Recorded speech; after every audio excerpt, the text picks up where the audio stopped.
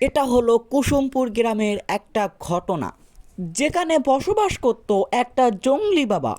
আর সেখানে ছিল মুকেশ আম্বানির বাড়ি। সেখানে মুকেশ আম্বানির মেয়ে মিস সোনিয়া বাস করত। একদিন তার একটা অসুখ হলো এবং সে জংলি বাবার কাছে যাবার সিদ্ধান্ত নিল এবং সে জংলি বাবার উদ্দেশ্যে রওনা দিল। সে জংলি বাবার কাছে গিয়ে বলল, জংলি বাবা, আমার একটা অসুখ হয়েছে।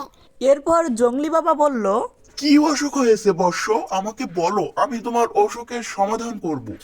আরে জংলি বাবা, আমি ঘুমালে আমি চোখে দেখতে পাই না, এর একটা অসুখ হয়েছে, আমার সমাধান করো। আচ্ছা ঠিক আছে, তুমি আমার সাথে আসো, তোমার একবারে রোগ ভালো করে দেবো। ঠিক আছে, আসো আমার পিছে পিছে আসো। আচ্ছা ঠিক আছে, আমি তোমার পিছে পিছে যাচ্ছি, তুমি আমার রোগ ভালো করে দাও। হ্যাঁ আসো, আমার পিছে পিছে আসো। এরপর জংলি বাবা তাকে কোথায় নিয়ে যায়, একটা ঘরের ভিতরে নিয়ে যায়। এরপর কি হবে, জংলি বাবা কি অসুখ ঠিক করতে পারবে? আর ঠিক করতে পারলেও কিভাবে ঠিক করবে? এটা দেখতে চাইলে তোমরা পার্ট 2 লিখে কমেন্ট করো সকলে।